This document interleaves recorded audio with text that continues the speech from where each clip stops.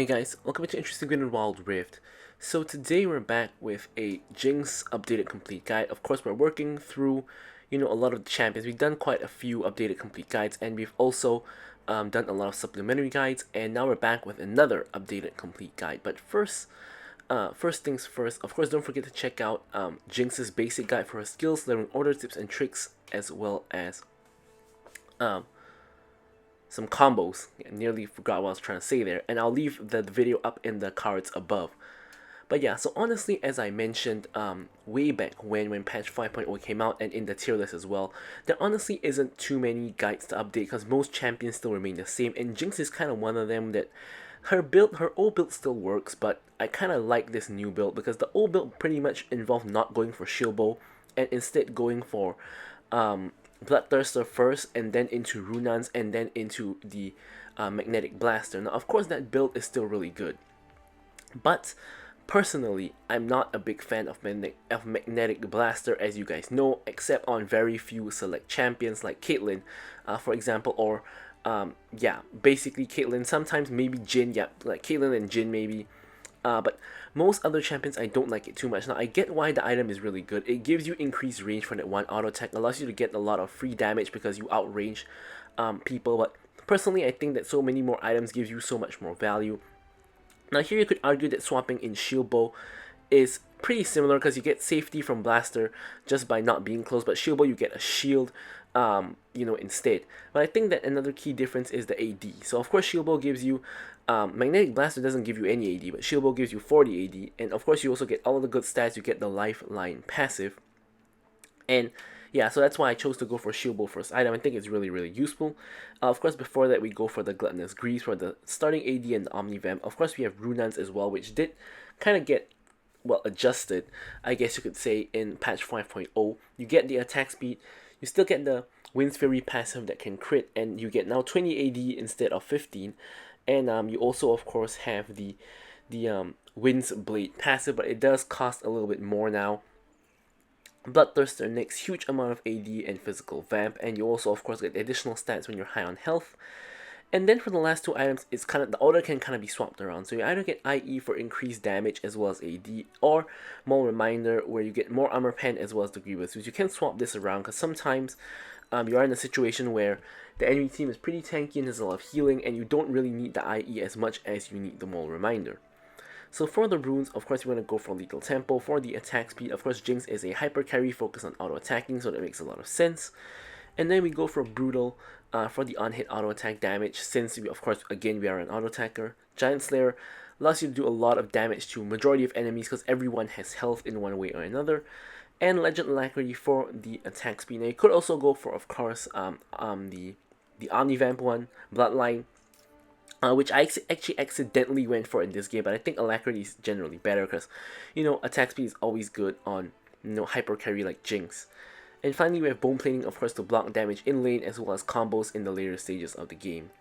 Finally, for spells, we have Flash, and I'm actually going to go for Ghost because I think, with the resets and with, just initial mobility of getting Ghost, it's really useful on Jinx to reset with your ultimate as well, giving you a huge burst of movement speed. So overall, I think Ghost is an amazing spell on Jinx, and most of the time you should be far away anyway, so Exhaust, it will help in certain assassin heavy matchups, but most of the time Ghost is the way to go. But with all that out the way, let's jump into our gameplay. Alrighty, so now we're hopping into the gameplay. Of course, as usual, don't forget to like, comment, and subscribe. Any questions, queries, or remarks, feel free to leave them in the comments below, and I will, of course, as usual, be sure to address them.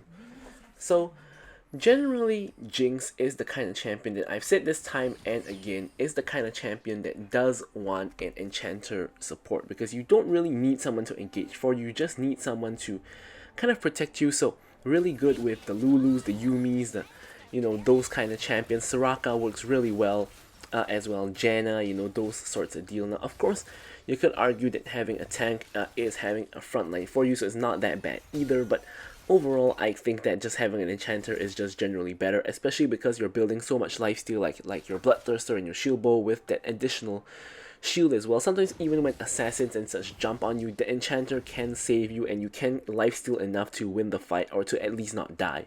And I actually honestly in this gameplay we will see some examples of that. We have an enemy Fizz on the enemy team, and you will see Soraka save me from Fizz multiple times. So now we're going to talk about the laning phase. As you guys can see, you know, Jinx laning phase is not really that great, but it's also not that bad, because the main reason why it's not that bad is because she has a rocket form, and her rocket form, as you guys can see here, does a lot of gives her a lot of extra range. So you can actually get in a lot of like auto attacks to poke the enemies while you're like CSing and stuff. So as a result, your laning phase is not really that bad. Most lanes you can sort of I wouldn't say bully, but at least you can poke them out with your auto attacks. And some lanes you can actually bully because of how long your auto attack range is. But yeah, aside from that, generally you just want to play safe. You don't want to play overly aggressive because you don't really do too much damage in the early game. Of course, being a late game scaling hyper carry of an ADC. Here Lee Sin's kind of trying to come into our jungle, which is really strange, so we're just trying to, Soraka at least is trying to cover the Kha'Zix, but Kha'Zix decides to pick a fight with Lee Sin towards the mid lane area, and Soraka can't really reach there, and it just turns out to, you know, nothing too much comes of it, basically. So here I'm just farming the minions alone. For some reason, the enemy Jhin and Lux decide to just back with a neutral wave, so we're gonna punish it by pushing in the minion wave. Of course, doing that is gonna cause them to actually lose a minion or two, and then we're gonna immediately recall. So they lost a minion to the wave, I believe, and they're gonna lose one to the tower here. So they do lose like half of the wave at the minimum, and yeah, might even be more. But anyways, we get the better reset, and we're gonna run straight down back, you know, into the lane, and continue to farm and pick up minions. Jinx gameplay in the early game is not too exciting majority of the time. Like here the Lux kind of trolls, goes for the pop on my honey fruit, BMs me with the recall, and then flashes away, which, yeah, you know what, I'll take that. Like, she basically just wasted her flash, so sure. Like, that was really weird, but yeah. Also, this Lux actually has Airy, so she doesn't have like First Strike or Electrocute, so we don't really have to be too scared of her trying to burst us down, at least not in the earlier part of the game, because of course Electrocute or First Strike is a large chunk of damage for the full Lux combo. So she has Airy, so we are a little bit less afraid of her compared to normal, because I haven't seen a Lux take Airy in a long time, honestly. So yeah, so now we're continuing to just, you know, pick up the minions. They have shoved in, that's fine, you know, we can just pick up the minions under tower, it's not too big of a deal. And of course, being sure to get in some auto attacks on the enemy champions as well, because you never really want to give the enemy champion a completely free laning phase, where they, you know, where they simply, you know, just farm for free and like, you don't pressure them at all. Even if you don't really do very much, at least, you know, auto attack them a little bit, like what I'm doing here. And we try to get the cross map snipe on the Lee Sin, but I was expecting him to walk backwards because of how low he was, but he walked forwards to continue the fight, which was insane. And of course we don't get the snipe. But anyways, one of the points I want to bring up is with the Jinx ult, most of the time when it's up, you do want to just use it to try to snipe people if they're low across the map. Generally not that much to lose because the cooldown is pretty short. You can see that as I was just, you know, kind of discussing how you should use the Jinx ult, it's basically going to be up in like about 5 seconds or so. If you guys take a look at the bottom left hand corner of your screen, it is up right now. So the Jinx ult is back up, and you can see we basically lost nothing by trying to ult down the Lee Sin across the map. And of course, the other main way of using it, other than sniping people or finishing off low health people, is to use it in team fights where you can get the AoE, you know, explosion to get to basically make it such that you have done damage to all of them. And why this is significant is because if you get a kill or an assist, you're gonna get a reset on your passive, and if you do that into a clump of enemies, it's likely most of the time that one of them is going to die to one of your teammates, and that's going to give you the reset and allow you to take over a team fight. Speaking of team fight, here the dragon is being done by the enemy team. They have done it already before we even have a chance to contest. Kha'Zix leaps in for some reason, and the enemy team doesn't punish him leaping in, which is insane. So he now decides to go in 1v2, and he's getting caught out. I put the traps down, I'm focusing down the Lux, and I ult her to finish the kill, and now I'm focusing the Jinx, the Jhin, and I slow him down with my W, and he dies. Lee Sin has run out of spells, so he can't run away. Now he's running. I flash the Fizz E, and now I'm finishing off the Lee Sin. I get the triple, and now I'm 1v1 against the Fizz. Fizz has used his spells already, so for the next bit, he's vulnerable. He tries to finish me off using his E, but I actually managed to tank the damage and pick up the kill, meaning that I got a random quadra kill off of the dragon fight. Now this is one of the reasons why dragon is, pretty bad. Now if you guys notice the situation here, the enemy team has basically traded a dragon for a quadra kill on me. Now of course Soraka did die, I think Kha'Zix died as well, so they traded a dragon and 2 kills for a quadra kill onto the enemy ADC. Now that is a deal that personally I would take, even if I was not the ADC. Like if I was the Kha'Zix, for example, I would still take the trade, because dragons honestly are not very useful. Even when you get Dragon Soul, maybe Infernal Soul is not too bad, Ocean Soul is probably alright, Mountain Soul is pretty useless, Ice Dragon Soul is also alright, so Dragon Souls are really not that big of a win condition. I've had so many matches where the enemy team gets Dragon Soul, but I win the game anyway. It doesn't really matter. I honestly don't even see the difference a lot of the times when they get a certain Dragon Soul. Once again, I'm trying to go for the cross map, so this time I actually get the snipe. So here you can see I basically hit the Darius for the chunk of damage. My team actually gets the kill onto the Darius, so I do get the reset, although there's not too much I can do with the reset here because I'm just in lane against the Jhin. But you get the general idea of how the Jinx ult really works in this kind of scenarios. But yeah, so dragons are really useless, and basically if you die for dragon, it's not really worth it. If you can get dragon and get out, or you can get dragon and get kills on the enemy team, then yeah, that's good. But if you die when you get dragon, it's like probably better if you just never were at the dragon in the first place, is kind of my opinion. So anyways, the Herald, hotly contested just now. But yeah, so here now, of course, we basically have just been heading back to lane because the enemies rotated to Herald. I was actually able to pick up a bunch of plates and, of course, further increase my goal. So now Jhin here is getting caught out. Unfortunately here I actually made a mistake. I actually needed to, instead of auto attack him twice, I actually needed to W him because we needed that slow in order to catch him, because Soraka doesn't really have a slow. Kha'Zix, I think he has a slow in his auto attack, but he actually needs to reach the Jhin to slow him. So I should have been the one to slow him first with the W to allow Kha'Zix to jump in and chain the slow with his own. So yeah, that was a mistake. Now here, somehow I flash into the Fizz ult, but you can see Soraka with the ulti is able to save me, which is why, again, enchanters are OP with Jinx.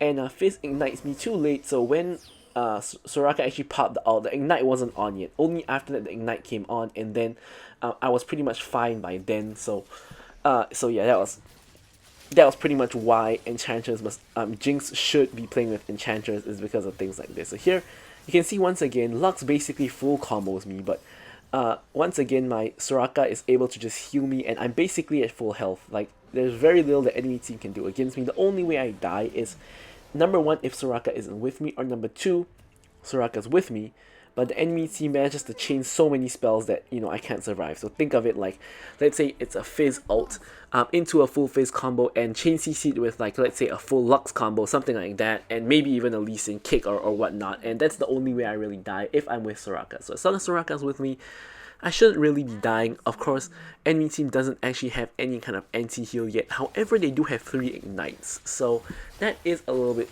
scary. But once again, Lux and Jhin shouldn't really be in range to ignite me, because they are ranged champions as well. So Fizz is really the main ignite we need to look out for, which is of course what just happened. But of course it was pretty successful. So here I'm just clearing out vision. My team pretty much starts a fight, so I'm trying to make my way over to see if I can back them up. Doesn't really look like the case. I'm control warding into the pit to get some kind of vision in, and Mundo is making his way from the base to try to join us. And the enemy team once again is on the dragon. Kennen and Mundo are not really here, so the enemy team kind of gets the dragon. And here Fizz ults me from over the wall.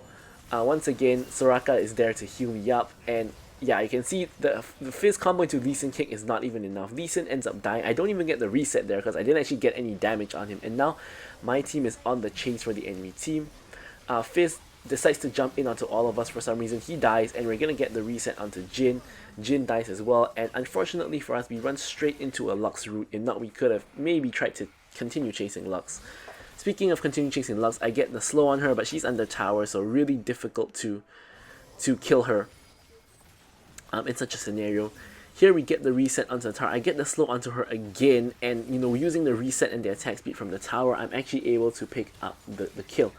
Although before that happened, Lux was actually able to get a kill onto Soraka, so that was kind of well played by the Lux. It does end up being a 1-for-1 trade. Also guys, by the way, if you recall when the Fizz engaged on me and Soraka was healing me and such, you guys didn't actually see the shield bow shield, but the shield bow shield actually did save me there because, of course, the shield bow shield got completely eaten through, but, you know, that's kind of the whole idea of it. Like, you didn't see the shield because the entire shield was just consumed by the Fizz ultimate, so shield bow first, you know, here are the benefits of going for shield bow first. So here, I'm just free firing onto Darius because he decides to try to ignore me and go for the tower instead. I'm gonna ult him down. I tried to scroll the map to show the snipe, but yeah, we basically just ult him down, secure the kill onto him, and punish him for trying to ignore us when we're like 5-0. Like, you can't ignore a 5-0 Jinx when you're a 1-5 Darius. Like, I don't really know what he's thinking here. Now here I'm with Soraka, so once again I'm not afraid. Honestly, I'm not sure what that hitbox is. Like, I honestly thought that didn't hit me, but it did. Like, the first two I was like, yeah, you know, I got hit by those, but this one is like, I thought I sidestepped it, but it's still attached to me regardless. Anyways, doesn't actually matter because Soraka's with me, so she's just gonna heal me up back to full health, so it doesn't exactly matter that I get hit by the Fizzle, but it could matter in a different scenario, which is why I'm a little bit annoyed by the fact that that hitbox is what it is. So here, we were trying to make a smart macro play because we saw everyone at top lane, so we were like, let's push bot. So now the issue is, number one, Darius is here to defend. Number two, we actually can see Fizz rotating through the river, and I'm telling my Soraka that we need to basically back off. So Fizz does go on us, but during this whole time, Lee Sin and like Jin are actually doing the Baron. So we actually end up making a poor macro play by actually conceding the Baron. So the idea here was, we see 4 people at top, so we can get a free bot tower most likely. The issue is, even though that was happening, by the time our wave reached the bot tower, they were no longer at top, they were actually at mid. So the Fizz was able to rotate to threaten to kill us, and Darius was actually the one who wasn't the 4 top, and he was there to defend. So now we're actually stuck in the bot lane because, you know, we can't just back or anything like that because, you know, we're getting cut off by a Fizz. So this then allowed the enemy Jin and enemy Lee Sin to basically 2-man the Baron, which of course a jungler and ADC can do as long as you're not contested, which of course they were not. So it turns out to be a pretty poor macro call because now we need to deal with the enemy team who has Baron. Fizz out goes in, finally doesn't actually hit me. And we're just trying our best to clear out the waves. Now normally when the enemy team gets Baron, you will definitely lose some towers if they're playing it right. So Fizz tries to go in on me, but I'm going to have to flash here because Soraka is not with me, meaning that Fizz can actually get the one shot on me here, I believe, with the full combo and ignite. So I'm going to have to flash that.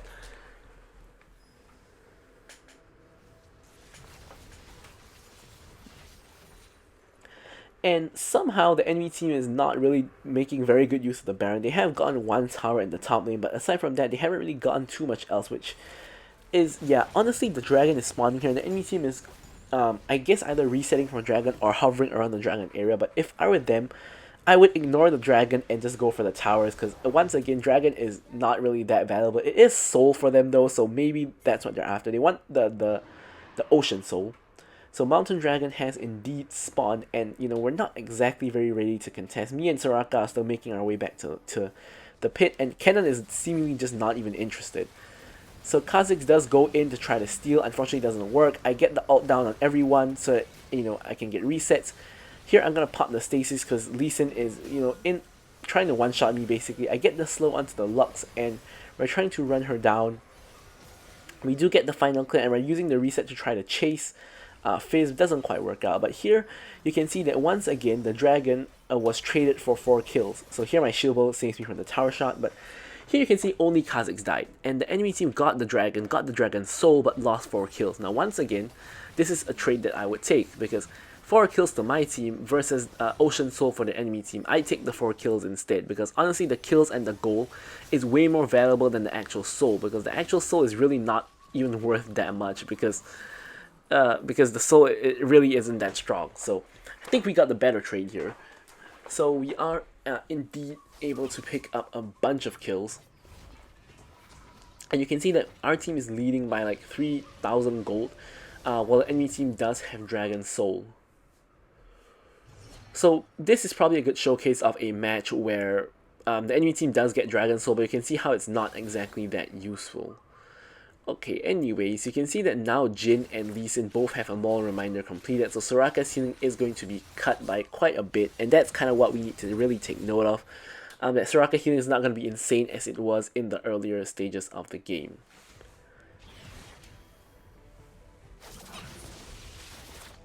So here, nothing too much is happening.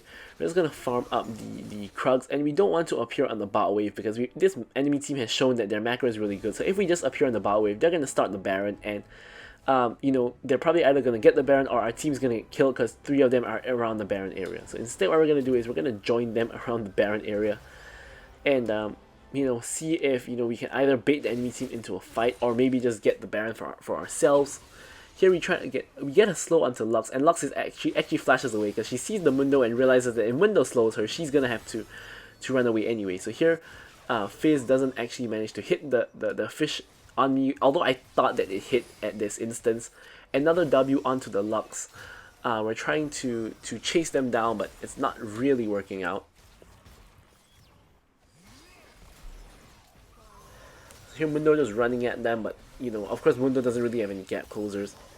So here I'm positioning pretty aggressively and far forward. I stasis because I thought Lee Sin was gonna kick me, but he actually kicked Soraka instead. So I actually didn't need to stasis there, and it's probably better if I didn't, because then I could actually DPS the Lee Sin. My reaction time was pretty slow anyways. I thought I stasis really quickly so he couldn't kick me, but honestly if he wanted to kick me, he would have gotten the kick on me anyway. So yeah, but anyways, it kind of doesn't work out for the enemy team because 3 of them end up dying, and it looks like it's about to be 4. Now here, I finally get hit by the Fizz out without Soraka here, without my stasis, and I just get one shot by the Fizz, even through the shield bow, by the way. That's how much damage the Fizz combo does. It's like, that was his ult into, EQW, and with the first strike as well, all the burst damage, and even with the shield bow, I still died, which is pretty sad. So anyways. Here, Elder Dragon is now up for a while already. So here my team is going to be going for the Elder Dragon. I say that, but my Kha'Zix is attacking the wrong thing. He's attacking the Skull, and he's wasted a good 5 seconds of DPSing the Elder Dragon, which allows the enemy team to respawn. Fizz is trying to come in to contest the Elder Dragon, but the issue is he can't kill Mundo. So now he's making the smart move and he's going for the Kha'Zix. Kha'Zix tries to jump away, tries to kite it out, and he's fine for the moment until Lee Sin comes in with the kick. Silence from Soraka not fast enough, but Mundo picks up the Elder Dragon, and now the enemy team are on the run because we have Elder buff now and we can finish them off. So Mundo goes in, grabs the kill onto the Lux, I believe that was, or was it the Lee Sin, but one of them, and now he's continuing to run them down. In the meantime, I've respawned, but nothing too much for me to do. I'm just pushing in the mid wave, and we have a wave on top, so we're gonna actually go over to the top wave and just go ahead and push down the top lane tower. I was thinking of helping my team there, but Soraka got caught out by the Fizz, and she does end up going down. So here I put the traps down to root down the Darius. Here I slow him down, kite him out, and he basically gets kited and just dies to my Elder buff. Jin dies to the Elder buff as well, and at this point, honestly, we can end the game. Only Fizz is left alive. Mundo is tanking. Fizz tries to one-shot me again, and this time I'm going to stasis to prevent myself from getting one-shot, and then we're just going to finish the game. So, I'm going to leave you guys with the stats as usual. Somehow Mundo did more damage than me, by the way. It just shows how insane Heartsteel is. But anyways, thank you guys so much for watching the video, and goodbye.